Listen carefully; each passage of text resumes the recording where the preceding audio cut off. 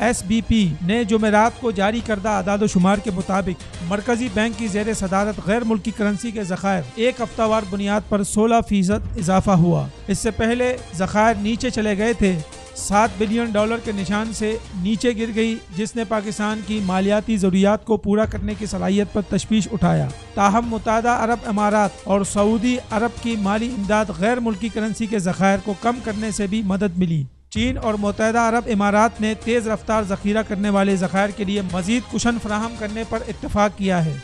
8 فروری کو SBP کے زیر اہتمام غیر ملکی کرنسی کے ذخائر $8,205 ریکارڈ کیے گئے تھے، $9 ملین اور $13 ملین کے مقابلے میں۔ 8,192 کے مقابلے میں پچھلے ہفتے 5 ملین چلے گئے تھے۔ SBP کی رپورٹ میں اضافے کی کوئی وجہ نہیں۔ غیر ملکی تبادلہ SBP کے ذخائر 7.7% رہے۔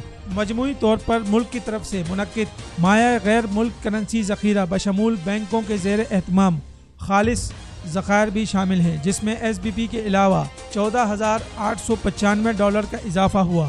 8 ملین بینکوں کی طرف سے منعقد نیٹ ذخائر $6,679 تھی۔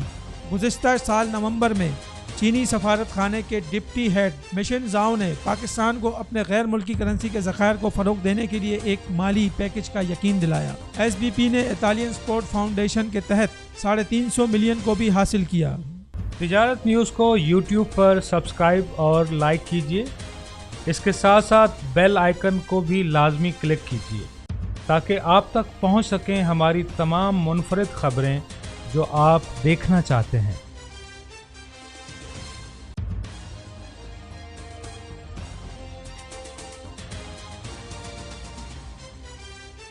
آپ دیکھ رہے ہیں تجارت نیوز، بہتر اپنا